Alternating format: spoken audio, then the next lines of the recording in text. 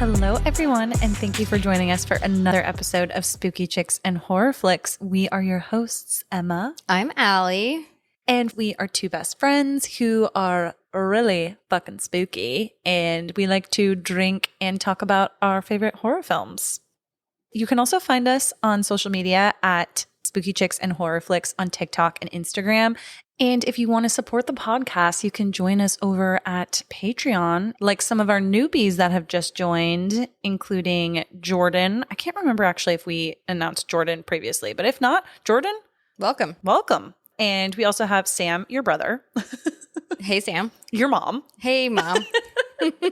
We have Malia, Jenny, My new best friend. Jenny. We love you, Yes. Jenny. And Amanda. Thank you all so much for supporting us on Patreon, and we can't wait to party with you guys over there. Als, do you want to tell us what we are reviewing today? I sure do and don't. We are covering the 1973 The Exorcist. It's a classic, it's a heavy hitter, and we can't wait to talk about it with you guys. But spoiler alert, we do talk about everything in the movie. If you don't give a fuck, keep on this ride with us. But speaking of Pazuzu, Emma, what have you been up to? I actually have big news for everybody, and that is that me and the producer are moving into a house. Yeah. We are so excited. We are probably most excited that we are going to have ample yard space for the puppies, for Cowboy and Nala. Yeah, that's kind of one of the biggest things that's going on for us right now. And on top of that, we are very, very excited to decorate for the holidays, including Halloween. So get ready for that. And their front yard is going to be a vibe. But anyways, Als, what's going on with you? Just your casual early anniversary trip to San Clemente. 3 years with my husband. Our anniversary is actually next week, but San Clemente is like a vibe. Happy anniversary. Yeah, thank you. Also, a really fun thing today. I took an Uber to come to my bestie's house, and That's me. that's her. My Uber driver actually used to photograph Stephen King in his home in Maine. Just like a subtle flex. I was like, what the fuck? Producer says while he was sleeping. That would be me doing that. Wait, can I ask how that came up? You know me, I'm a talker. Did you bring up like we have a horror podcast and I'm on my Yes. way to like go record or something? Exactly, yes. Because I was going to say, it almost would be more epic if he was just like, hey, I just wanted you to know that I photographed Stephen King and now I'm an Uber driver. Either way, Kudos to him. kudos. And he, like, this all came up. Wow, I love it. Speaking of everything all coming up, Emma, what are you drinking today? Well, y'all know I have been on a hard tea kick, but another one of my indulgences is Bravo's Summer House, and I started to dabble in Loverboy hard tea. Kyle, right? That's the dude? Kyle from Summer House. Apparently, this is his like alcohol brand. I want to try it, please. Okay. I'm having my usual 3 bevies. I'm doing White Claw and holy water because we're doing The Exorcist, obviously. And I'm drinking water from my big dumb cup. What makes it holy? Me. I'm going to leave that one as is. I blessed it. Okay, there it is. Thank you. Thank you. But yeah, cheers, fuckers. Emma, what the fuck is our synopsis for The Exorcist? Ooh, okay. So I have when a mysterious entity possesses a young girl, her mother seeks the help of 2 Catholic priests to save her life. This one was like short and sweet, and I'm not sure it's completely... It feels like it needs more detail, but I guess like to the core, that is the story. Aren't there like 17 priests in this? There are, but there are 2 that do the actual exorcism. Okay. Got it. But anyways, this film was rated 8.1 out of 10 on IMDb. And for a horror film and for a film in the 70s, that is very high in my opinion. And I agree. Okay. Well, for Rotten Tomatoes, the tomato meter was 78% and the audience score is 87%. Do you notice those numbers are like the same but backwards? Yeah, that is like kind of spooky, maybe a little bit demonic. A little bit demonic, yes. Yeah. What are your thoughts? I think I know this is an iconic movie, and I do enjoy it, but I think that's kind of high. Okay.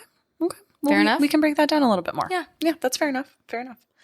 This film was also directed by William Friedkin, and he directed films like The French Connection and Killer Joe, which I have actually not seen. But have you seen those, Els? I've seen Killer Joe. I have not seen The French Connection, although that's like also an iconic movie.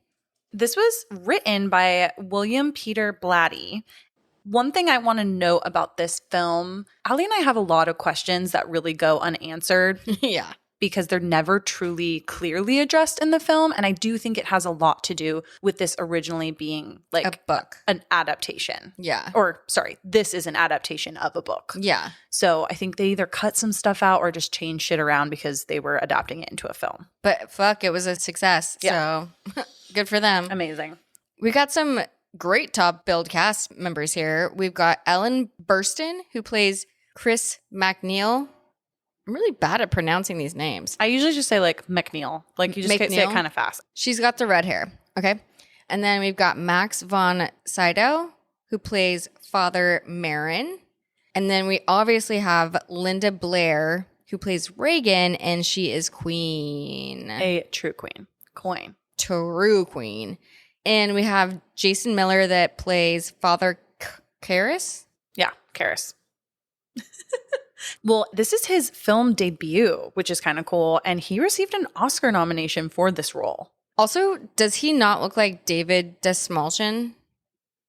1000%. They're like doppelgangers. Holy shit, you bringing that up right now? Oh my God. Yeah. He should play him if they ever did a full remake of The Exorcist. Yeah. Have they done a remake of The Exorcist? Is that a dumb question? There's so many different versions. Yeah. So obviously there are a few Exorcist films, but I don't think any are an exact remake of this specific adaptation.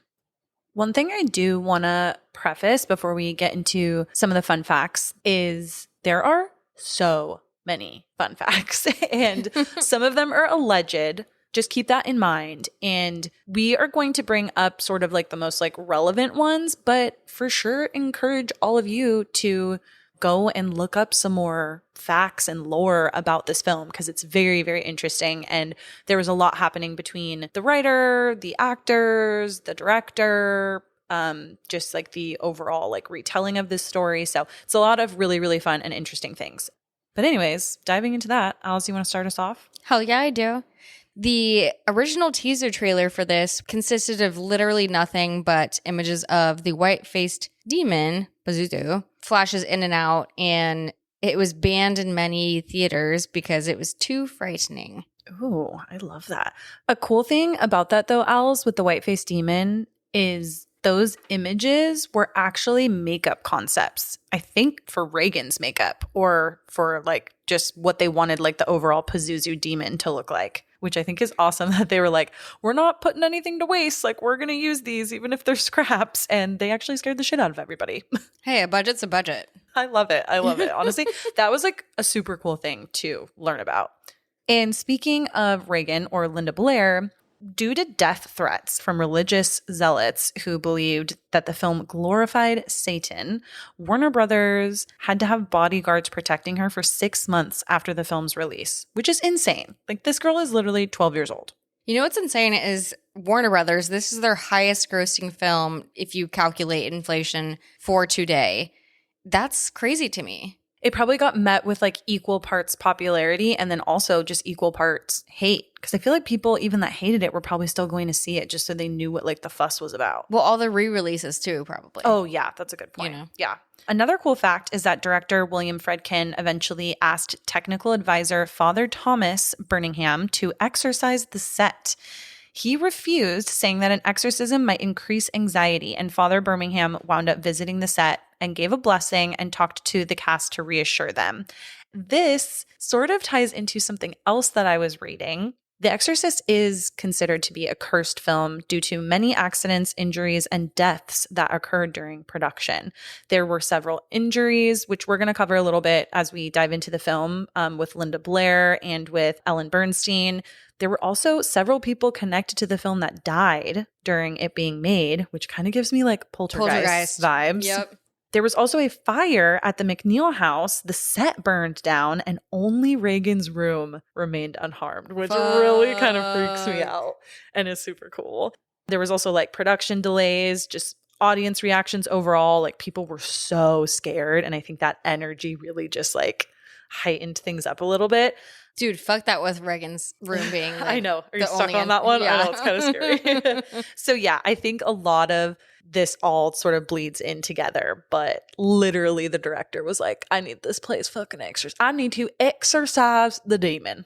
You can exorcise me. Oh.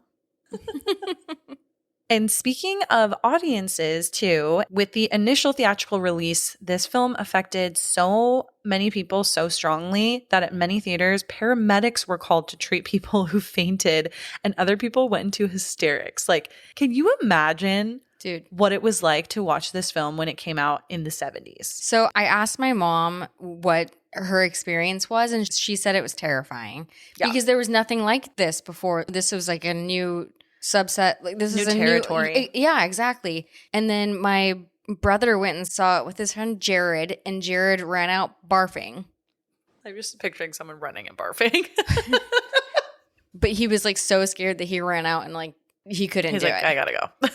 So when they put it in theaters, it still stood to the test of time that it's too scary. It still holds up, in my opinion. We'll get into that later. Yeah. But another thing I thought was awesome was that one of the most famous scenes in the film and the shot used for posters was inspired by the 1953 to 54 series of paintings called Empire of Light by René Magritte. It's the scene where Father Merrin steps out of the cab and he stands in front of the McNeil residence and he's bathed in a super eerie glow. This image is very iconic and synonymous with the film. You'll see it on posters, on t-shirts, everything. So I love this little like connection here and how it was based on a series of paintings in the 50s. I think that's really cool. One other one that I have too, back to Linda Blair, is that she received her Best Supporting Actress Oscar nomination before it was widely known that previous Supporting Actress winner Mercedes McCambridge was actually the one that provided the voice of the demon. And by Academy rules, once Blair was given the nomination, it could not be withdrawn. But the controversy about Blair being given the credit for another actress's work ruined her chances of winning the award. I'm confused by this one because I think they both did an outstanding job. Totally. And arguably, I mean, Linda Blair still had to lip sync. Yeah. Like everything, or even vice versa. Like if maybe Linda Blair was saying it first. Yeah. Mercedes had to match her. I mean, it was, God, it's like if only they could both win it because it was technically for the same role. Yeah. And Linda Blair was the one thrashing her body around. Yeah, totally. Literally. Yeah. That's just such a weird fact because they both deserve credit. Totally. Speaking of the Academy. Speaking of the Academy, this was the first horror film nominated for the Academy Awards for Best Picture. And I'm like, that's insane. This was 1973. Snaps all around. Snaps. But should we have done something sooner? I don't know. 1000%. Okay. But still cool. We love a pioneer. We do. I do love pioneers. Happy Thanksgiving. Wait, is that a pioneer? That's a pilgrim. They technically were pioneers, but those were pilgrims. It happens. Don't ask Allie about American history. All right, Als, let's exorcise this fucking demon and get into this film. Let's fucking do it. Let me set the scene. We are at an archaeological site in northern Iraq. It's blistering desert sun.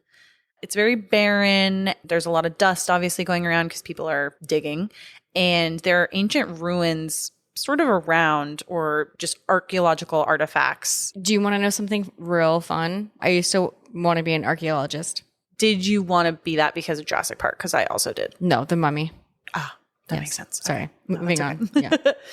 The tone is set with this kind of eerie soundscape too, of distant hammering and some ominous music. And we see Father Merrin, who is played by Max von Sydow, and he is playing an elderly priest. You're not really sure like what he's doing, but him and some of his crew discover this small ancient figure. And we don't know exactly what it is at first. It looks like some ancient relic, and You can assume by his reaction to it that it is something sinister and something he probably wasn't like stoked to find. And I feel like this symbolizes the reawakening of an ancient evil and kind of setting the tone for the rest of the film. But like, where did it come from? Where did it go? Where did it come from, Cotton Eye Joe? I don't know. We don't know, but that's a great question. Yeah. And a fun fact I have here actually is that the demon seen but not named throughout this entire scene in Iraq and throughout the film is called Pazuzu. And this is a demon known in Assyrian and Babylonian mythology as the demon that brings famine during the dry season and locusts during the rainy season. He was the king of the demons of the wind. So this is a real demon? I thought it was a made-up one. I think it is real. Okay. Someone fact check us there. But yeah, fact check us. I read. Yeah. And this archaeological dig site is also a real site of the ancient Nevaeh in Hatra, Iraq. And it's giving, what in the Indiana Jones is this? Another cool thing is that William Friedkin, the director, had to take an all-British crew to film in Iraq because the U.S. had no diplomatic relations with Iraq at the time. And they were allowed to film near ancient buildings and actual archaeological digs on condition that they included teaching Iraqi filmmakers advanced film technologies as well as how to make fake blood, which I think is sick. So cool. That's so cool. Literally so awesome. It's like corn syrup, but all right, let's do it. As this is all happening with Father Marin and, he's discovered this little statue, he goes to another area to meet someone that we don't really find out who they are, but I'm assuming it's someone that he's like on this dig with. I'm going to call it just like his dig partner. He tells him, he says, I must go. There's something I need to do. And then he drives himself to another location with lots of artifacts and finds a large statue of what we can assume is Pazuzu while we hear dogs fighting and we see them fighting in the background. And this symbolizes for sure a lot of the evil that is to come. Dogs fighting and barking are a sign of terror. It is. Something cool that I learned about Max von Sydow, the person who plays Father Marin, because I was saying to the producer and you actually, Alice, when we were watching this film, is that he looks like he's wearing so much foundation. And I guess in order to make him appear much older than his actual age of 44, makeup maestro Dick Smith applied generous amounts of stipple to von Sydow's forehead, eyes, and neck. And his facial skin was then manually stretched as liquid latex was applied. And when the latex dried, his taut skin then released, causing the film to rubber and corrugate. And this was a daily makeup procedure that he had to do, and it lasted more than 3 hours. And it was apparently the cause of much anguish for the actor. Why not get just like an older actor? I have no idea. So one thing that I want to know is I just need more background in general on Father Marin. I want to know, how did he end up here and what is he looking for? What led him to Iraq to do this archaeological dig? What is it that they're digging for? Or is he just there and just sort of kind of there in case they find anything religious? I have so many questions, and please pardon my naivete if there is already an Exorcist film that they go into all of this detail, but I don't think I've seen one yet. But I would love a little more background on Father Marin. I think he's waiting for Indiana Jones. Okay, that makes sense. Yeah. We are in a new setting in Washington, D.C., and we've got 3 kind of settings that will be constants throughout this film. One of them is a very upper class neighborhood in Georgetown where we have Chris and Regan's home. Then we're also going to see shortly after this Chris on the set of a bustling film set, and she's filming a movie. So Chris is played by Ellen Bernstein, and we meet Regan played by Linda Blair, and we're introduced to their beautiful home. It's pretty spacious, and they share this alone, just mother and daughter, and they have the help of a few housekeepers. First, we see Chris, and she's being awoken by some strange noises coming from the attic. And this already sets the tone for okay, this is where some spooky shit is going to go down in this home. She goes to check on Regan. She sees Regan sleeping peacefully. Nothing is amiss there. But the next morning, she is asking her handyman. She's like, hey, I'm pretty sure that there are rats up in the attic. I heard them last night. Can you just double check? And he's very adamant there are no rats in the house. But he's like, okay, I will double check for you. Then things change and we see Chris is on the set of her movie, and we find out that she's actually a very successful movie star. We're also introduced kind of by proxy in this scene to Father Karras, and he's watching this scene being filmed, I believe, on Georgetown University campus. He's like so inconspicuous. It's like low-key, like creepy. He's kind of like smiling as she's like filming one of her scenes. He's like, oh my gosh, I'm starstruck. Yeah. But I'm like, why are you there? What I will say is these 70s clothes go off. So cool. I am so awesome. So into this vibe. Yep, it's so good. And then later, when we see that Chris is done for the day, we hear the famous theme. I'm going to have the producer insert it here.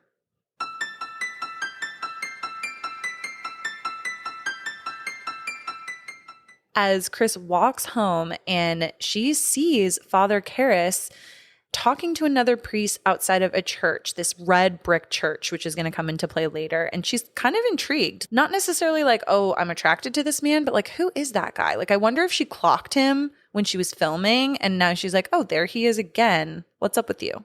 But he kind of is attractive. So, and she's like a single mother. Only she can tell us. When Chris gets home, she meets what's her name? Sloane? I think it's Sharon. Sharon. Sloane. That's a cute name. That is a cute name. I like that name. Sharon is eating an apple and it's so fake. It really bothers me. She's like not even trying. You know when actors like eat it and spit it out? Like she's not even trying to do that. It's like they just could have just not done without the apple. Yeah. Like what? Like why? And I don't know why that bothers me so much. Also, we see Regan and she's such a cutie patootie. She's a vibe and Chris is a vibe with a glass of whatever she's drinking. It's probably like what's an old fashioned drink? Like a gin. A gin and tonic. Or something. Yeah. But I also echo that Regan is so cute. She's so cute. Like in a lot of these beginning scenes in the film, she's just adorable. God, I wish that she had a more successful career. But a lot of people feel like she got blacklisted a little bit because of being in The Exorcist and she got typecasted in a lot of films. God, she was just a darling little girl. Like, she was so cute. I bet she's bitching too. Like, in like real life. So, well, and I think we in the horror community have embraced her with open arms. So, yes, we love you, Linda Blair. So we got this vibe with mother and daughter, and mom's getting boozy. I also want to know why a major movie star is living in Washington, D.C. Is that like a thing? I think it's kind of normal for stars to move to wherever their film is happening if it's going to be a longer production, and probably if you have kids. Here's where we're going back to. We need more answers. Yeah, we need more answers. We need more answers. We need to know what's happening. We need like before. Like what was the before? I want to know how Father Marin went to Iraq. I want to know what brought. Oh my God, what? There's a fucking raccoon back there. Oh my God, let's get it. Let's go get it. Oh my God, let's get it. Me out. Let's get it. Literally, we're not gonna get it. Why? What do you mean get it? I want a raccoon. No, Cowboy will kill it. You scared the shit out of I'm so you guys. sorry. I think we're still recording right now. My back is to my sliding glass door, and Allie is across from me, and she literally looked at me like she saw a fucking demon behind me, and we're literally talking about The Exorcist, and it was just a raccoon. Pick me one up for my Christmas, birthday, whatever. No, thank you. Maybe a stuffed animal. No, like a real one. I'm okay. Okay. I don't feel like getting rabies tonight. Okay, anyways, moving on. Yeah, sorry guys. So then we switch the perspective of, I'm going to call him Father K in this. And we switch to his perspective, and he is walking to what we find out is like his mom's house. It is a stark contrast in the type of neighborhood that we just saw with the McNeils. And we see that his mother has a house there. It's not completely clear if he like lives there with her or just has like a little bed to kind of take care of her on occasion, which I think might be the case. But she is kind of refusing to go anywhere else. She doesn't want to go to a home. She's like, this is my house, you know, but she's struggling with some sort of dementia or just the ailments of getting older. And he also starts smoking. Can priests smoke? I'm so glad you asked this, Els, because the producer and I were talking about this when we watched it for the first time. Well, to prepare for this episode. And do you remember the nuns that were jumping on the trampoline and smoking cigarettes in the first Omen. Yep. You're right. I think this was just a different time for our religious folk. And I think they were allowed to do a lot of shit that to the public eye, we would be like, how the fuck are you guys able to do that? But it was just so like, it seemed, I don't know. It just seems like it was like so widely done back then by everybody. They can get fucked up and smoke. Yep. Okay. We're just going to say that. Amazing. Now we're going to go back home to the McNeil's house as Chris and Regan are joking around in the basement, and she's doing a bunch of crafts and she makes cute sculptures and like paints and stuff, and they're kind of messing around. But there's this like subtle unsetting moment where Chris brings out a Ouija board that she asks Regan, like, where did you get this? And have you been playing? And she's like, hey, do you know how to play? Regan mentions that Captain Howdy is kind of like the person that she talks to through this Ouija board. When Chris tries to put her hands on the planchette to play with Regan, it moves on its own, which is the first thing that we've truly seen that's kind of paranormal. Yeah. I feel like this gives us like the first sign of something kind of sinister to come. For sure. Also, Captain Howdy is sort of a terrifying name. I mean, yeah. Because it's unassuming. And I think that's like probably what he's trying to get at a young child's mind. Regan's outfit in this scene is really cute. So just. Again, we love the 70s fashion. Yes. Also, don't fuck with a Ouija board. Dude. Ever. Ever. It's real hard to get that juju off of you. I bought one from Toys R Us a long time ago and it was glow in the dark. And I actually don't know what I did with it at all. I should probably ask my parents. You should probably burn it and bury it. We don't have it anymore. I know that for sure. But I just like don't know what happened to it. They probably burned it and buried it. I hope so. Mom, Dad, can you confirm? Thank you. We are back with Father K and Father Karras, and he is now at a bar. So, Allie, I get what you're talking about where you're like, can all these priests just like smoke and drink? Because this seems crazy. He's just like fucking shit up. He's like, yeah, give me these fucking drinks. Maybe they're just like really progressive in DC. And they have a bitchin' jukebox at this bar. Where is this bar? Well, and he meets another priest named Tom for a beer, and he discussed how he's feeling super bad leaving his mom alone all day. He's like, dude, I just want to be like reassigned. We kind of find out that he is not just a priest, but also he's assigned as like a psychiatrist to some like special cases that they have for people. Again, there's not like a clear. It's so unclear. It's like very unclear what he does exactly and what his job is, what are his responsibilities. But we do find out he is a psychiatrist.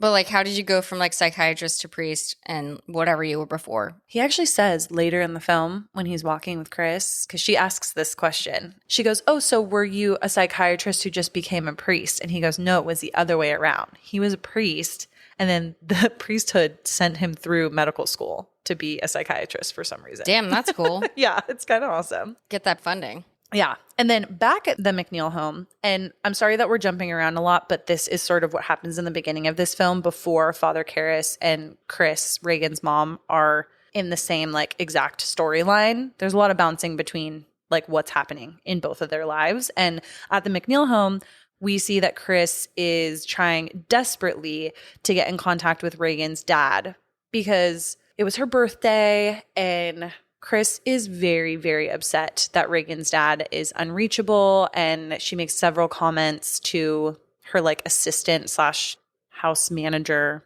I think it's Sharon, that she can't believe that he wouldn't call his daughter on her birthday. And then we see Regan, poor Regan can hear from another room, and she's just sort of like, she's honestly handling it pretty well. She's just like taking off her shoes and is like, this is what I expect. Dude, before she gets possessed, she's like a pretty reasonable little 12-year-old. Yeah, she is. Yeah. She's like so sweet. Yeah. She's like, Mom, it's chill. Yeah. Later that evening, Chris is hearing a lot of noises coming from the attic and wants to investigate it. She grabs an actual candle and lights that to go up into the fucking attic. One of those attics where you have to pull down the stairs. And why would you bring a candle like that to an attic? Maybe she just didn't have access to a flashlight. Interesting. I think she did. She probably did. Maybe she didn't know where it was because she has like people that run her household for her. She should have asked. I'm just playing devil's advocate. Yeah, you are. Also, attics are scary. Even if you're hearing sounds, go hire Ed and Lorraine Warren. Go hire the Ghostbusters. Go hire the police. Don't go up into your freaky ass attic. Right? Well, and she doesn't find anything out of the ordinary, thank God. But she does have 23 mannequins and 17 million chandeliers in there. So it's so weird. How do you? It's so and weird. There's a bike up there. How do you get all that shit up there? A lot of storage. I mean, the ladder seemed pretty substantial. I feel like it wasn't just like a rinky-dink little ladder. It was pretty like a staircase. I beg to differ, but okay.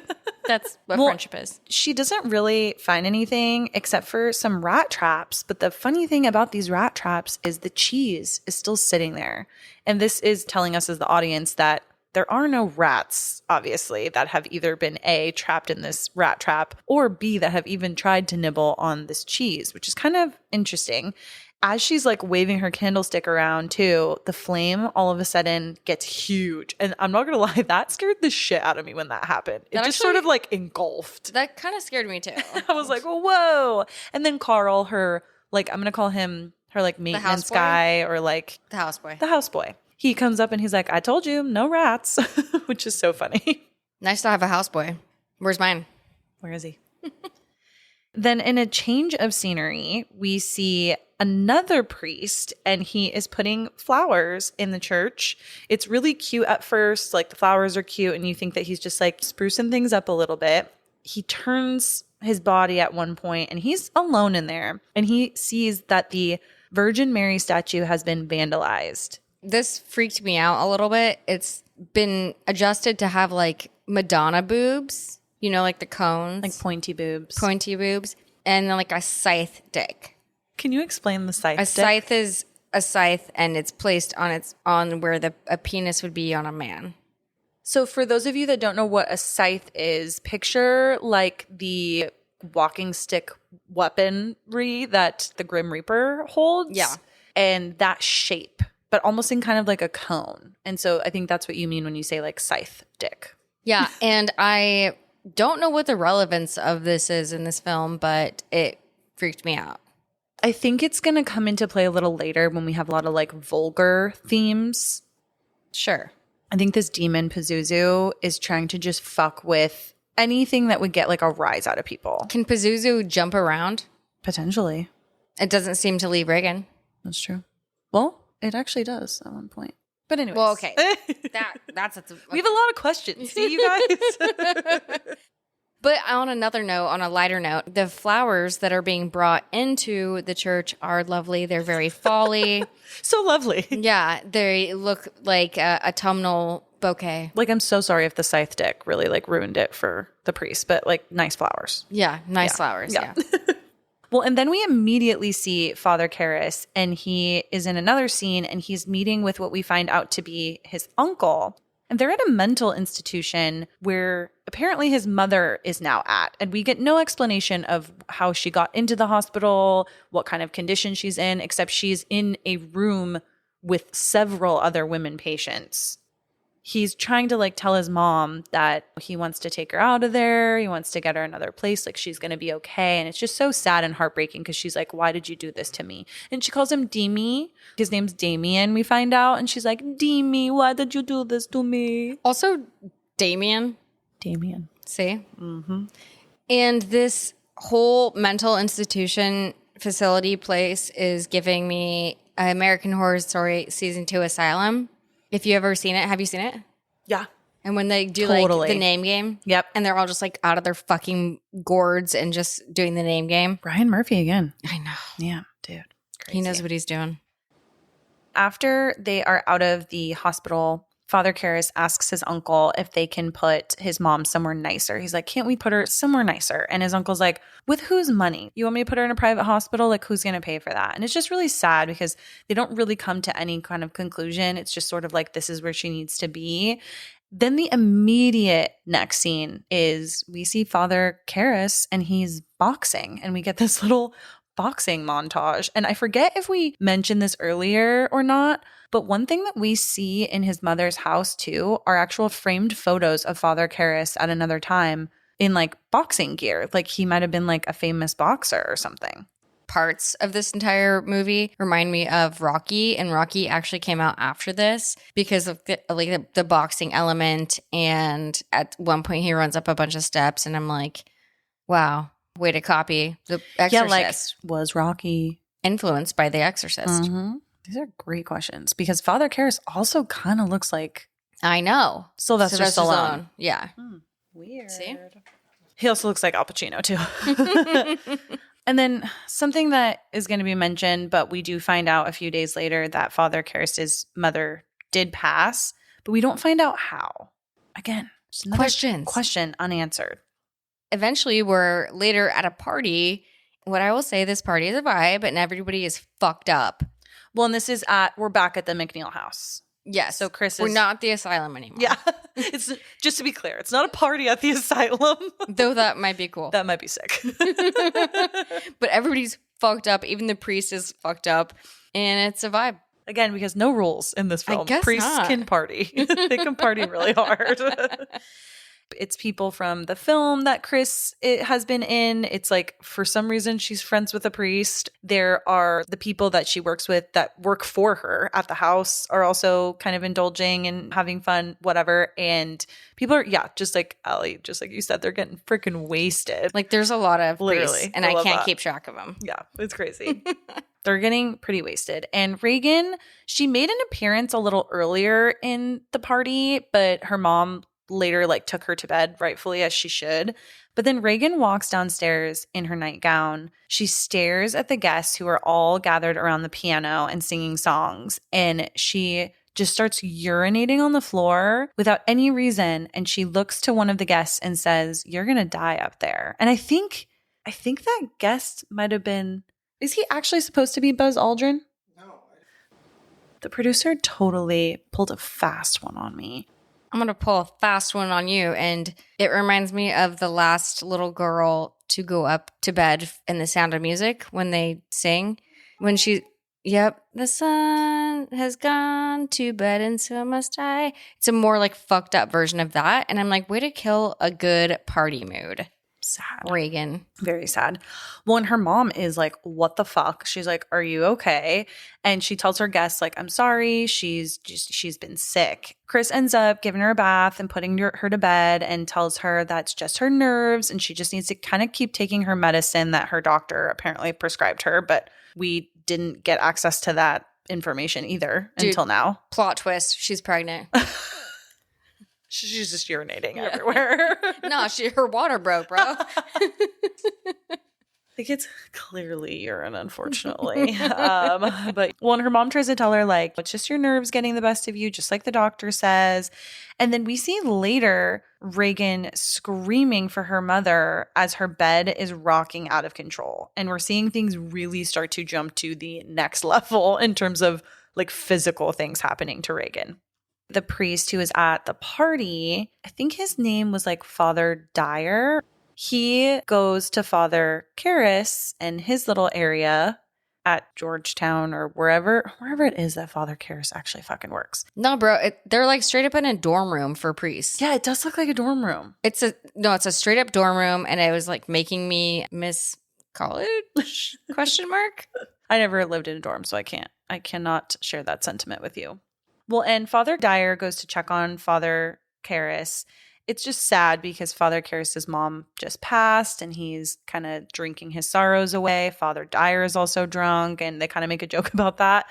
And then later, Father Karras has a terrible dream about his mother and he sees the white-faced demon, Pazuzu, and he sees flashes between his mom walking up a subway exit and then also pictures of Pazuzu. And it's sad because you can see the now deceased mom mouth, "Help me." It's so sad. Which will also come into play later though. Yeah.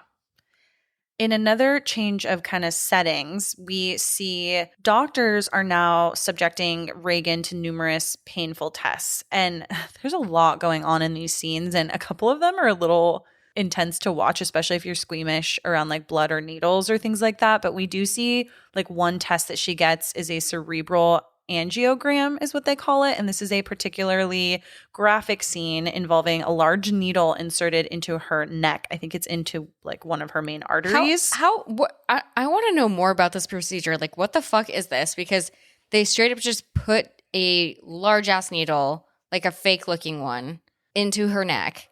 She sprouts blood everywhere. So it says this is a diagnostic procedure that produces X-ray images of the blood vessels in and around the brain. That's nice. So they do that, and she's like, what the fuck? And they also make her go into a crazy loud-ass machine, like a test machine, whatever. I don't even know. Scanning machine? I don't know. Yeah, the tests in general are super unsettling to watch, and this also reflects a little bit of just the medical team and their just lack of being able to diagnose her correctly. Like, dude, for sure. Like, just tell her she has a demon. Why couldn't we have done that? We could have made this an email. Just she needs it to be exercised. Yeah. Also, she must have crazy trauma after this. Oh, one of my favorite things is how she spits on one of the doctors and calls him a fucking bastard. I just love how much Regan cusses because I can relate. Well, and it's such a stark difference from the Regan we meet at the very beginning. She's like such a sweet little girl. And then we start to see her get like her behavior becomes like more and more vulgar. Perhaps you're normal Regan and I'm Pazuzu. Oh, shit. That's intense. I know. Sorry. And then her mom is feeling obviously super helpless because the doctors are telling her that Regan is having hallucinations and convulsions because of her brain. There is a potential lesion in her temporal lobe, whatever the fuck that means. And she literally asks the doctors, her mom, she's like, how could this change her entire personality? Well, okay. She's what, 12? She's supposed to be 12. Yes? It's called being an almost fucking teenager. But also in this case, it's being a fucking demon at this time and point. Honestly, so close. Teenager, demon, demonic possession. Yeah. Oh my God. They're like the same. Hand. Yes. Hand in hand. Yes. These tests clearly are revealing that Regan's brain is totally fine. Chris ends up calling a doctor again to come over because things have taken a little bit of a turn and Regan is just getting worse. It's so funny because Regan slaps the doctor and they have to sedate her in this like really intense scene. The doctors are just continuing to try to explain away the weird things that are happening to her with all this like weird medical jargon. And they keep going back to the fucking temporal lobe thing. And Chris is getting highly annoyed at them bringing that up. Before she's sedated, she just keeps like fucking being so rude to the doctors and keeps just like saying, fuck, fuck, fuck, fuck, fuck you, fuck you, fuck you, fuck you. I'm like, are you my soulmate? Yes. And I think the doctors are like, maybe she has split personality. And I'm like, the fuck? Don't we all? Maybe she's born with it. Maybe she's Pazuzu. Yeah. A little not so fun fact is that during this scene with like doctors and in Regan's bedroom, Linda Blair actually got fucking fucked up physically because of the thrashing she had to do with the rigs and stuff to make her look demonic and go back and forth.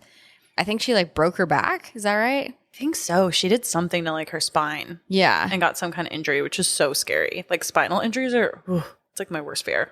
I hope she got workers' comp. Hey, we don't know. Maybe. Sorry, that was not a laughing matter. Sorry, it is not. You're right. As we continue to laugh. Yeah, exactly.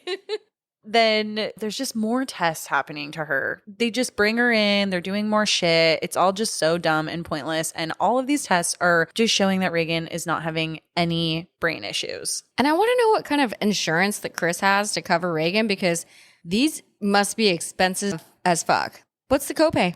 I am going to say that she has very rich actress insurance. Her house should be nicer then. It might be a temporary house for her filming in DC. We That's never all. know. I'm just that's what I'm saying. One of the doctors says, I think it's time we start looking for a psychiatrist. So this is where things in the film, I feel like, really start to take a turn. Chris is trying to exhaust as much as she can with actual medical experts without going like the spiritual route, but she's getting there. She's getting there. She's at her wit's end. She's trying to save her child. She has no idea what's going on with her and how to even help her. She's just trying everything, right? You know what she needs? Some sage. Just some sage. Just some simple sage. Simple sage. We're at the McNeil house, and Burke Dennings, the director of Chris's film, I'm not sure like why he's there. Like, why would the director of your like film? I think they're just good friends. I think she mentions a little earlier. Maybe in the they're film. fucking. Well, Regan actually does call her out on that. I didn't include it in our like recap, but she asks her mom at one point in the film. She's like, "Are you and Burke like gonna get married?" Like her mom's like, "No, he's just my friend. I promise." They're fucking. Okay, cool. Chris comes in to see Regan, and you can see her cold breath come out of her mouth. Like, imagine Batman and Robin when Mr. Freeze speaks. That's what happens here. I love that. And she also has a vibe. She looks like a babushka with her like little like hair. She's got like a satin scarf. Yeah, around her head. little her scarf. I don't even know the terms. I feel like that was what like a lot of movie stars did back in the day, or people. Like, why though? What's the point? When you were in a convertible vehicle and you wanted to have the top down, but you didn't want to ruin your hair, or if it was like windy. Wouldn't you lose your babushka scarf? Not if it's tied tight, baby. Okay. Yeah. You sound like you're a seasoned vet. I do have a babushka or two.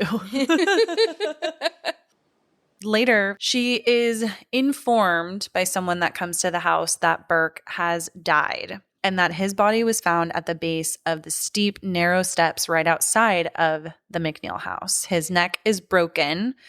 This suggests that he was either pushed or fell, and they think it might be from Regan's window.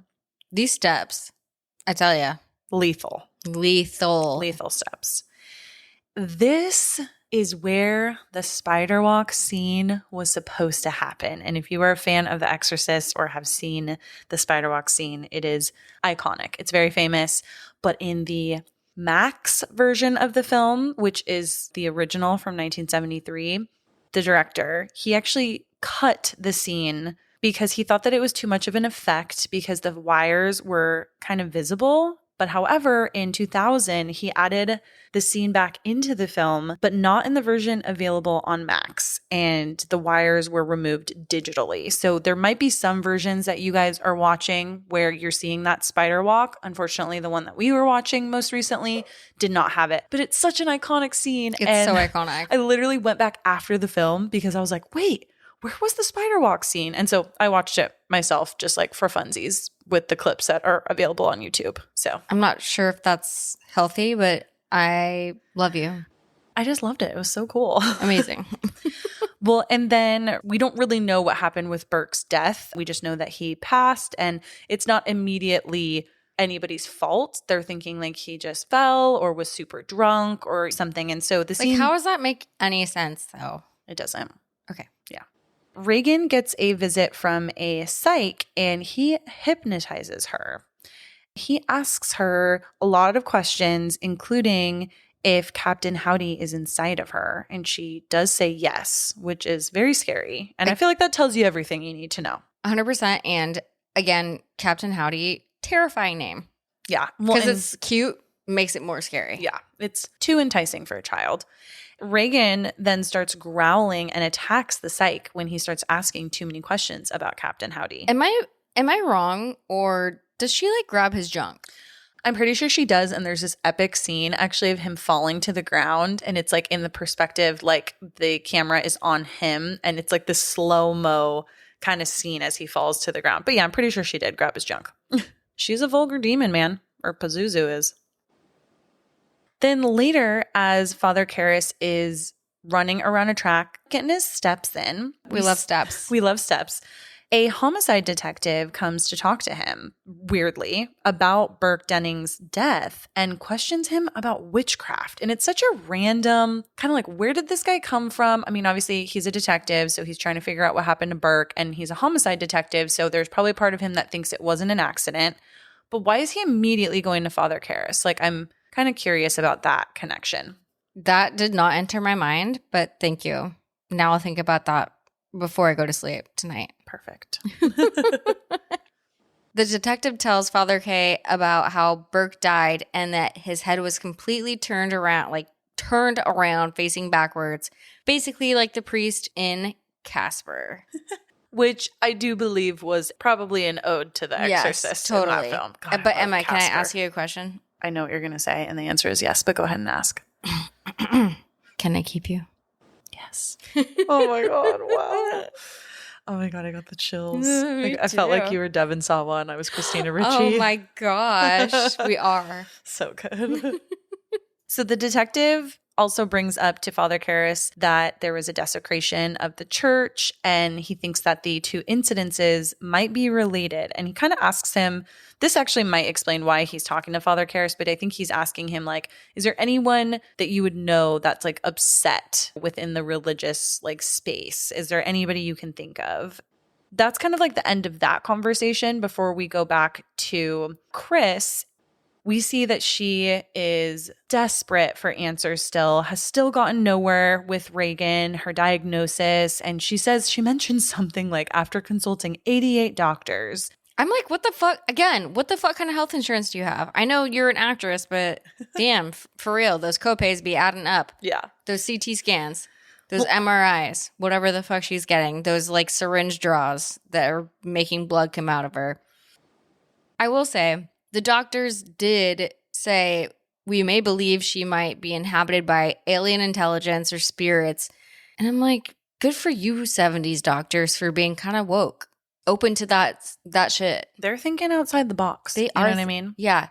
They suggest an exorcism, which I think in Chris's mind as like a mom, she's like, what the like, no. But they bring Regan back home. And Chris and her like little house team, they bring her back into bed, and Chris finds a cross in Regan's bed and questions Carl and the rest of the house staff, and none of them know where this cross came from. Also, these steps that we're talking about to get up to the McNeil house are so suspect. They're the main villain in this film.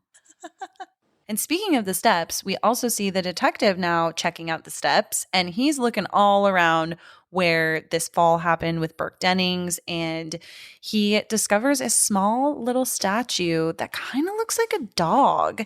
And this is something that Regan likely made. We actually see a drawing of something that looks like it later in some of her sketches, and it's very Pazuzu-esque in my opinion. When he continues to like ask about Burke's death, he's just he literally says to Chris, like, basically, yo, girl, the probability is that your crazy ass daughter pushed Burke out the window.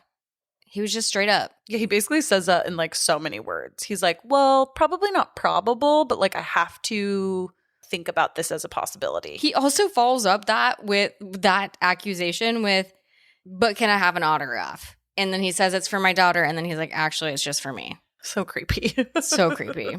So sus. After he leaves, Chris goes up to Regan's room and finds her stabbing herself with the cross.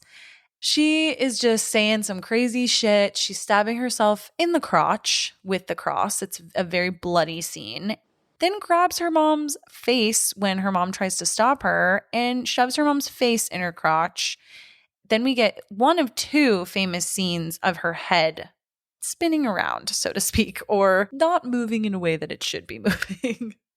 A fun fact, but again, I think, Allie, like you said before, but a not so fun fact. But not fun fact, yeah. Is that during this scene, Ellen Burstyn, she gets shoved across the room by Regan, and she received a permanent spinal injury during the filming of this scene. In this sequence, a harness jerked her hard away from the bed, and this is where she fractured her coccyx and screamed in pain, and this footage was used in the film. So that's a real reaction from her of all the pain she was having. I feel like a lot of times people have real reactions to like whether it's this or fake green goo or whatever it blood. Might be. Yeah. Yeah. I feel like they just use it because it's visceral and real. Totally. And especially for a horror film, like you want it to be like as real as possible. Totally. But like, fuck, that must be traumatizing. No, totally.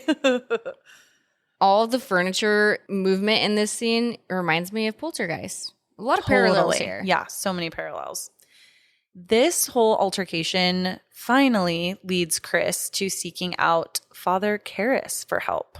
They have this like weird first interaction on a bridge or something. And she's like, oh, it's me.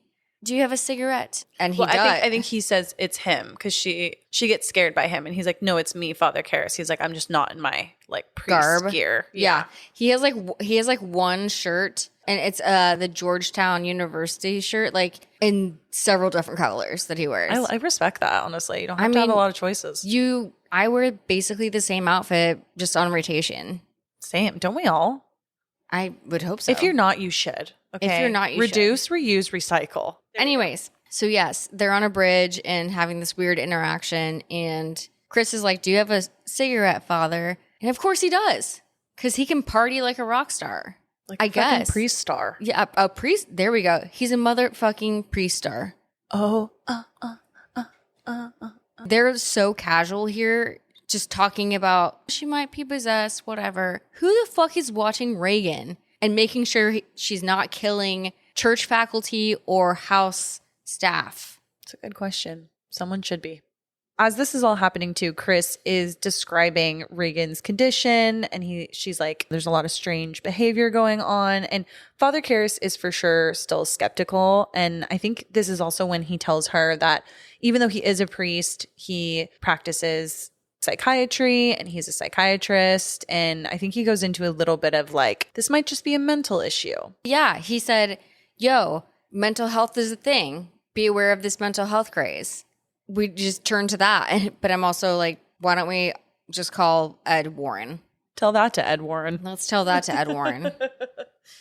As Father Karras agrees to go visit Regan and enters the room, he's immediately confronted by a pretty disturbing sight. We see Regan's face has gotten even worse. Like she's starting to just look very gaunt. She's got some scars and scratches and things all over her face. There's another question in there.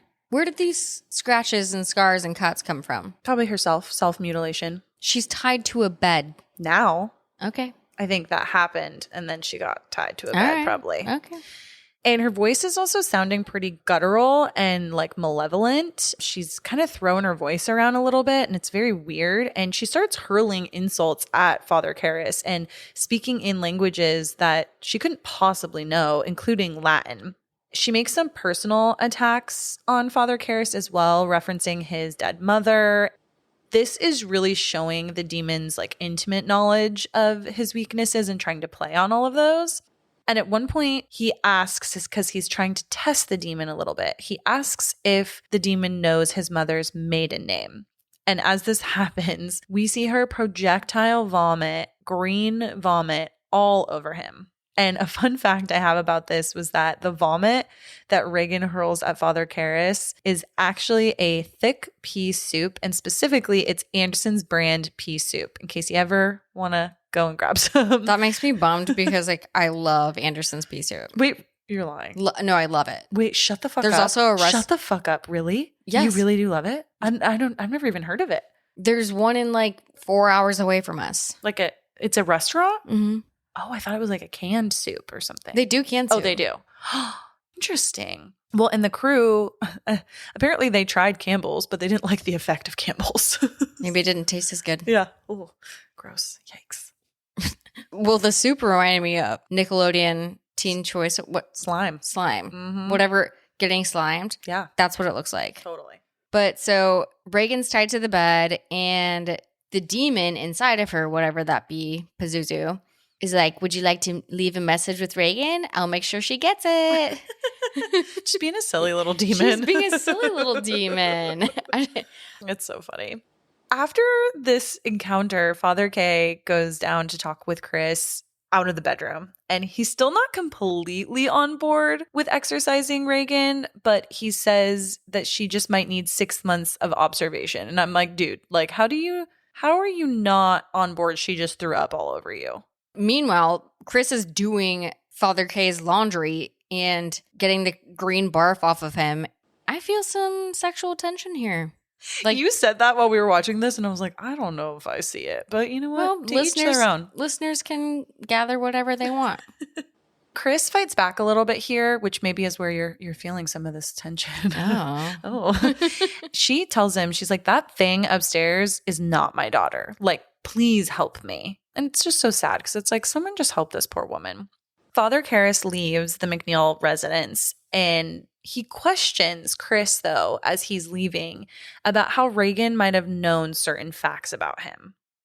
Well, so then Father Karras visits Regan again, and this time he's a little bit more prepared and he records her speaking in tongues and in different voices. And Pazuzu's like a fucking comic because Pazuzu's like, what an excellent day for an exorcism. I love comic relief. They have a banter.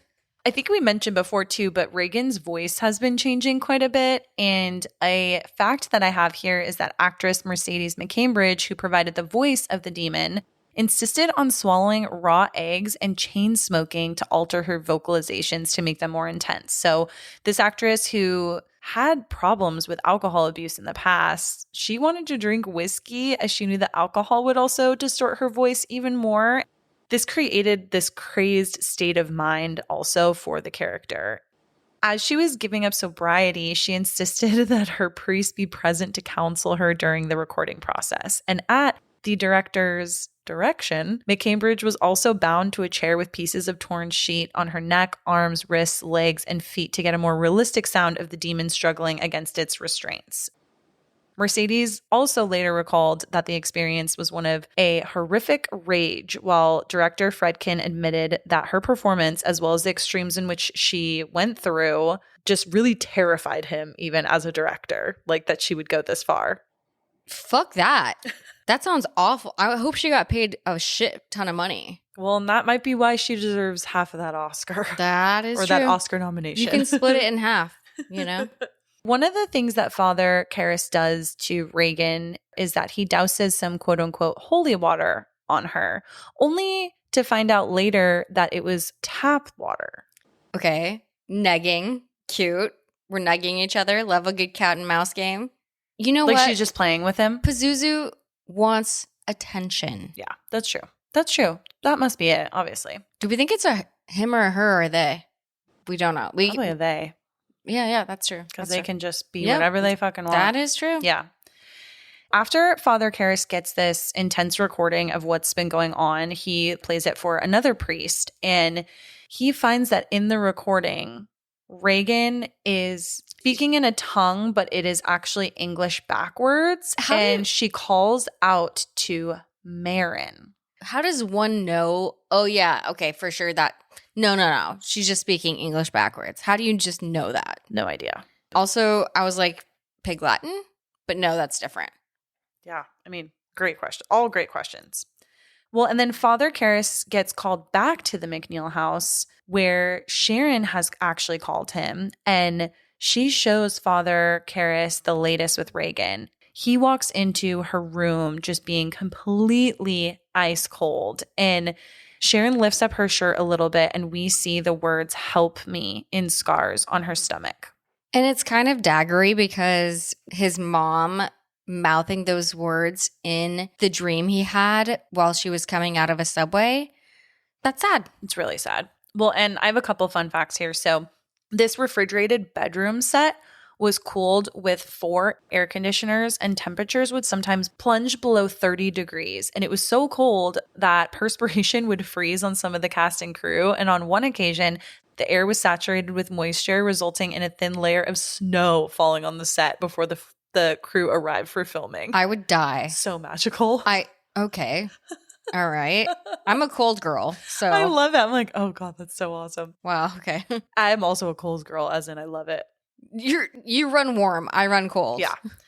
And in the scene where the words "help me" arise out of Regan's torso, that effect was achieved by constructing a foam latex replica of Linda Blair's belly, writing the words out with a paintbrush, and then with cleaning fluid, they created like some sort of chemical reaction that kind of like made the words sort of bubble up. And then special effects artist Dick Smith then heated these blisters with a blow dryer, causing them to deflate. And then the film was run backwards as it appeared though the words were rising out of Regan's skin in an attempt to summon intervention. Do you ever think, how do people think of these things to make these effects? That's why they get paid the big bucks, I think. Do they though? Yeah. I mean, I hope so. probably. I hope so. Hopefully. I mean, if they are the Warner Brothers like highest grossing film of the time, I would hope that they are. There you go.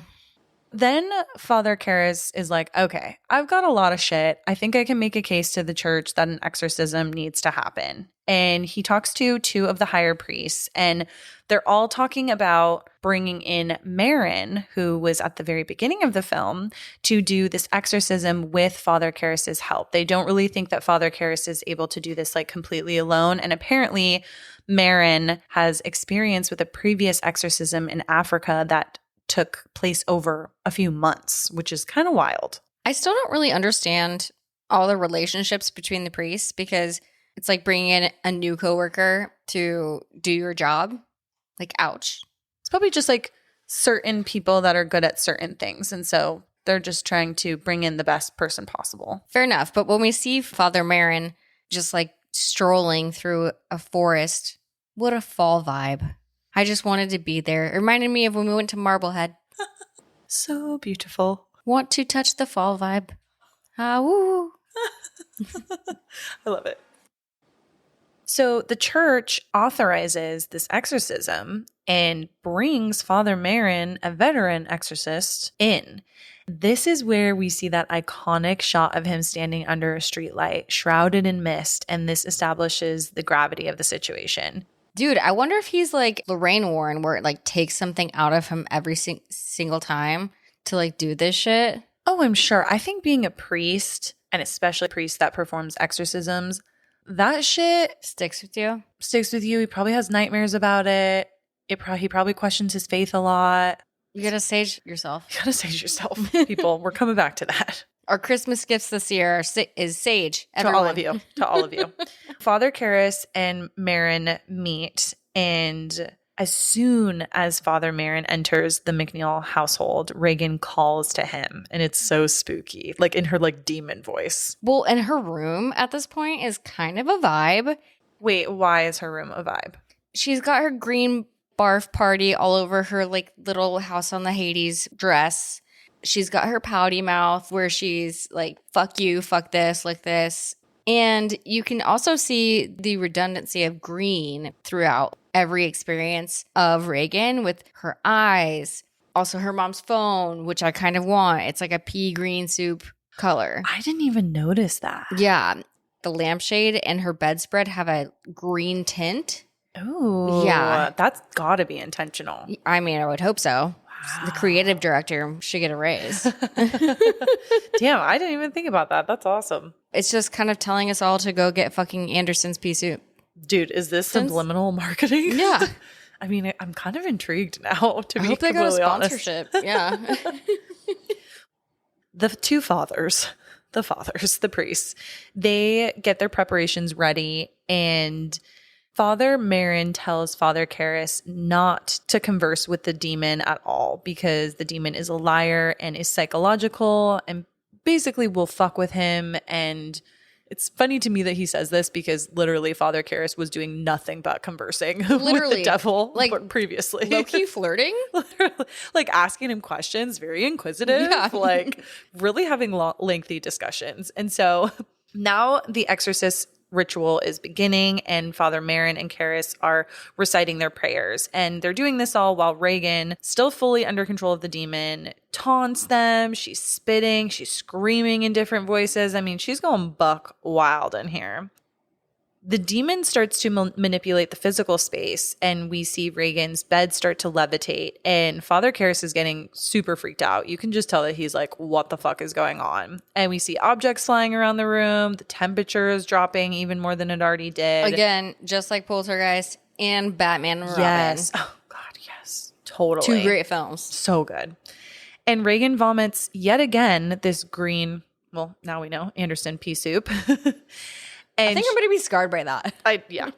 And she's contorting her body in like pretty grotesque ways, just like acting a fool.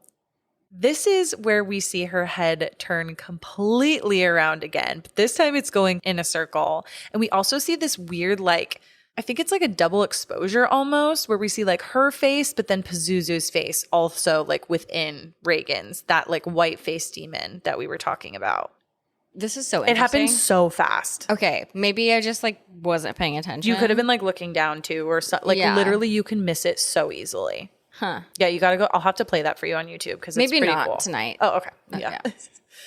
Regan then starts to completely levitate on her own. It's giving The Craft, light as a feather, stiff as a board. Yes. A little bit. It's also giving Sigourney Weaver in Ghostbusters. Oh my God. Yes. Yes. Is she the gatekeeper or the keymaster? I can't remember. Keymaster is feeling right to me. Are you the gatekeeper? I'm the keymaster. She's the gatekeeper. She's the gatekeeper. Okay. The producer just verified. Yeah. Well, and then Marin and Karis are just repeatedly like, the power of Christ compels you, which I can't help but my teenage brain brings me right back to Scary Movie when they literally say that so many times in the film. We're gonna have a scary movie-a-thon because you reference it so much and I don't know what the fuck like you're talking so about. dumb funny. Do you know what I mean? There's like I know those it's dumb films. funny, which is why I haven't watched it. It's just like it cracks me up. Let's watch it. You. Okay. Let's watch it. That'll be a fun one. That'll be a fun one for us to watch. Father Marin is having visions of the Pazuzu statue too. So as this is all happening, he's also having visions of that statue that he found in Iraq. It's taking a big toll on both of them. I mean, Father Karras for sure could not have done this alone because he's losing it a little bit. And they decide to take a little bit of a break because they both just seem completely defeated by what's going on. And they just need a little sec to like reevaluate. They are literally just sitting on two different steps of like the stairs in the house, are not speaking and look completely defeated. And I'm like, I feel this pain, I guess. Yeah. Feeling it deeply. Deeply. Father Marin, who is taking a break, like we said, he retreats to a side room. And I don't know if we mentioned it at the top of the episode, but we do see that when he's in Iraq, he has this little pill box with these tiny white pills. And I don't know if they're like supposed to be aspirin or something. I'm actually not sure what aspirin looks like, but I'm assuming it's something like that. What is aspirin? Why are you laughing about Actually, that? I don't know either. Yeah. Leave me alone. I don't really take that straight. And as this is happening, Father Karras goes into Regan's room alone, daring. He sees a vision of his mother sitting on the bed where Regan was.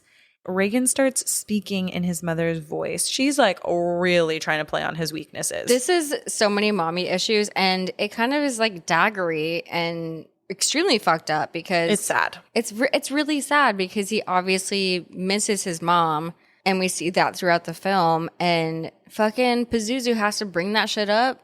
And Marin warned him, like he's like, do not converse with the demon. He's gonna play tricks on you. He's lying. He's gonna like play and tug at your heartstrings. So like, don't do it. He's gonna give you daggers. He's gonna give you daggers.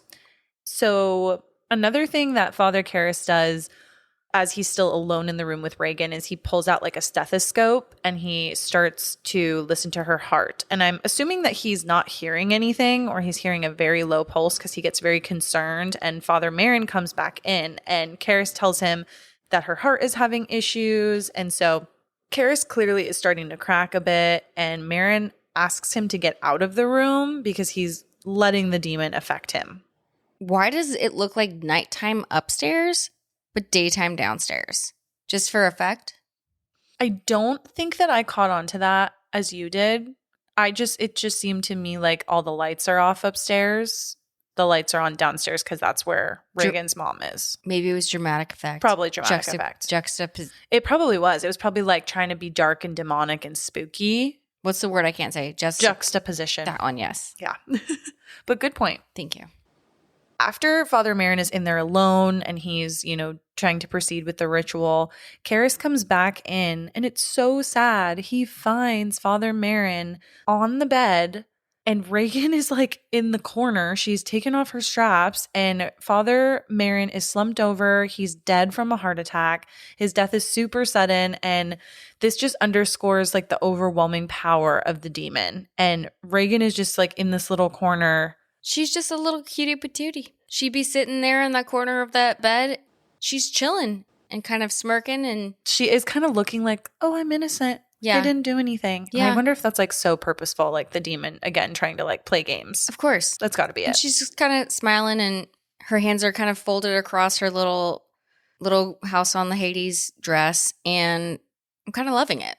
It's a vibe. She is kind of cute. She's super just cute. so cute. She's like cute even as a demon. Yeah. Even as Pazuzu. She works it. She does. She can pull that off. Yeah. Well, and then in a final act of desperation, Karis is very upset, obviously, with Father Marin having passed and just like the power of what the demon has done so far. And he orders the demon to enter him and leave Regan. For a brief moment, we see that Karis is possessed, but he fights back and we see his face, and then all of a sudden he's got like demon face, and then it's like back to his face again. So we're seeing this internal battle literally take place in his physical body. When he became demonic, it looked like a Deadite from Evil Dead. That is so true. Right? It's kind of giving like a little bit of Bruce Campbell. He actually kind of looks a little bit That's like, what I mean. Yeah. Whoa. Like his smile, like his mouth. Shit, am I attracted to him? Shit. Karis fights back and screams and throws himself out of the window, tumbling down the long staircase to his inevitable death. This scene is very parkour to me. The way he tumbles down the steps is like he kind of should have made it, maybe. Yeah, he just didn't stick the landing. He didn't stick to the landing. Oh my God, you guys are so fucked. What I was going to say is that's very noble of him to make the demon come into. How is that so easy though? Another unanswered question. He's like, get in my belly. Yeah. Oh, I just watched Shrek. Oh my God. Well, that was definitely Fat Bastard from Austin Powers. Oh, but same voice. But whatever. same. Yeah. They are like kind of the same character, maybe. I said that's noble of him to do that, but like, would you do that? What if I was possessed? Would you do that? Yeah, probably. No, you wouldn't. Yes, I would. I wouldn't throw myself out the window though. I would just like be like, okay, now it's me. Okay, so removing ourselves from the situation, where did Pazuzu go? Great question. Is he just gone now that Father Karras is killed? But is that Pazuzu's goal? Like, what was his end goal with Regan? What's Pazuzu's goal ever? Pazuzu, Tell us. If you could call into the hotline and let us know. No, now we're going to get possessed. Just kidding. Oh my God, don't invite him in. Oh my God. Where's the sage? Oh my God. I have to sleep out here by myself tonight, you guys. We'll leave the door open. Don't worry, Alice.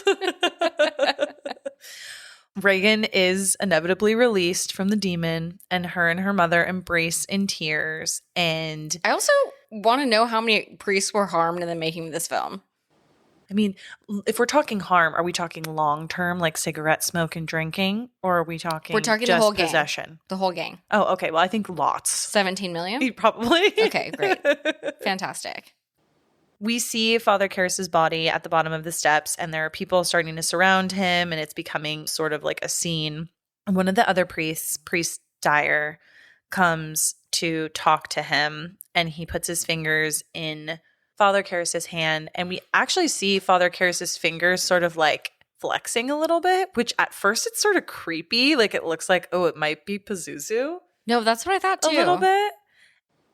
Well, I mean, we'll see, I guess, what happens in Exorcist 2. Yeah, exactly. When we recap it on the podcast. Yeah. But that's all we can tell you for now. Well, we still have a little bit more. And then we are now in the aftermath. So Regan is back to normal. She apparently has no memory of the possession. I think she must deep down somewhere because she embraces Father Dyer like she knows that he helped her. But he didn't help her. But he's a priest. Isn't it like what's the theory where it's just like transactional from priest to priest? Like basically the good deed of one priest transfers to all of them, kind of. And like it's thinking one priest, even though they maybe didn't do the deed, is like you're thinking the priesthood, kind of. Let's call it a daisy chain. Well, and Chris, her mom, and Regan, they're both leaving this DC house. And that's actually when they come in contact with Father Dyer, and she gives him that hug.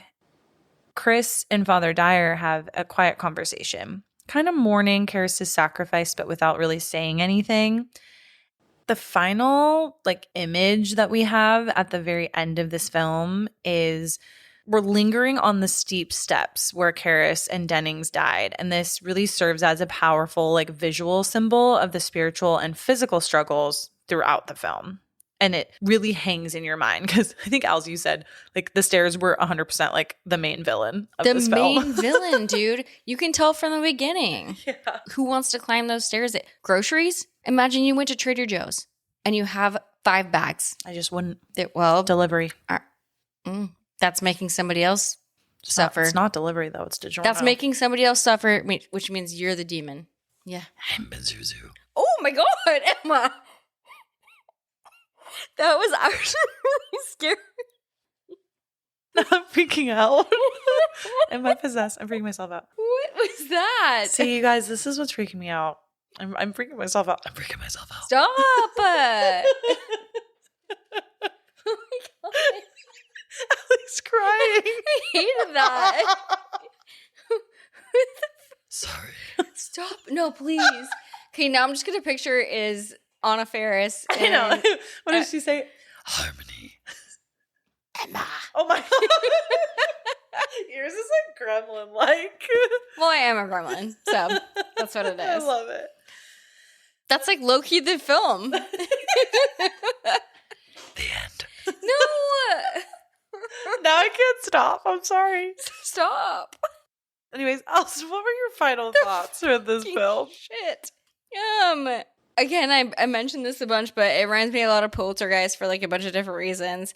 This movie was a little long for me, but isn't every movie long for me? And I know it's an iconic one, which is great. And we have to go to Washington, D.C. to go to these steps and not climb them. Or fall down them. Unless you push me. Oh my, what? Why would I push you? I don't know. Maybe you're... Why would I push you? Oh, no. What are your final thoughts, you fucking freak?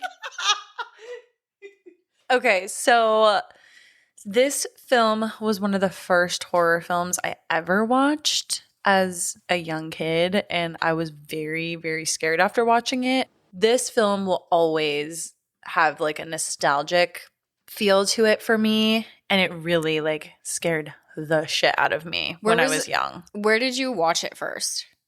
On what platform or what do you mean? Where were you? Oh, at my house with my dad. But I think he just had it on and was like, well, I mean, I guess Emma's sitting here. And I was 8 or 9. I was so young. My final thoughts is I love this film because I feel like it has a tie to me of what started my horror genre love. And I think it still holds up to this day. I think all of the remakes, all of the things that have come after it, nothing can quite touch it. So you still think it's scary?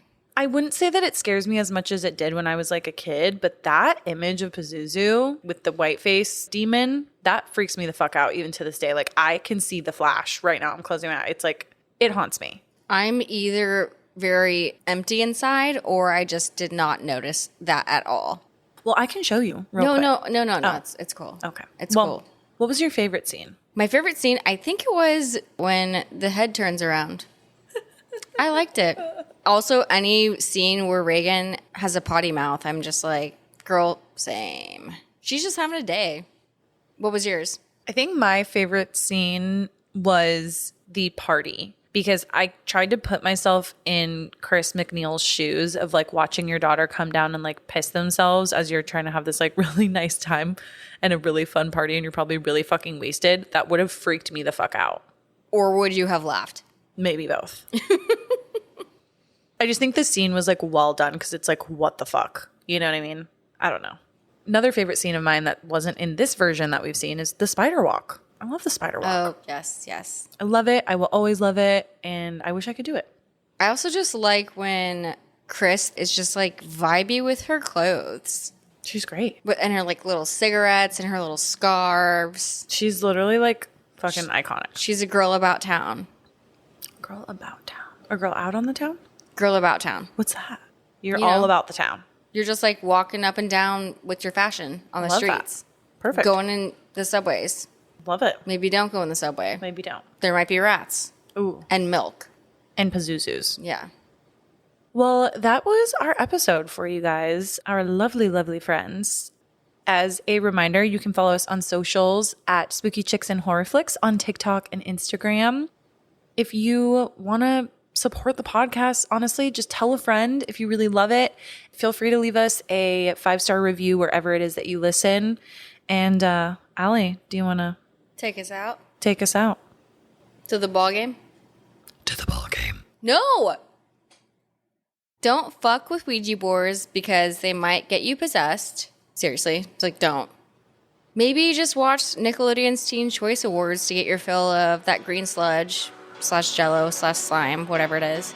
And stay spooky fuckers.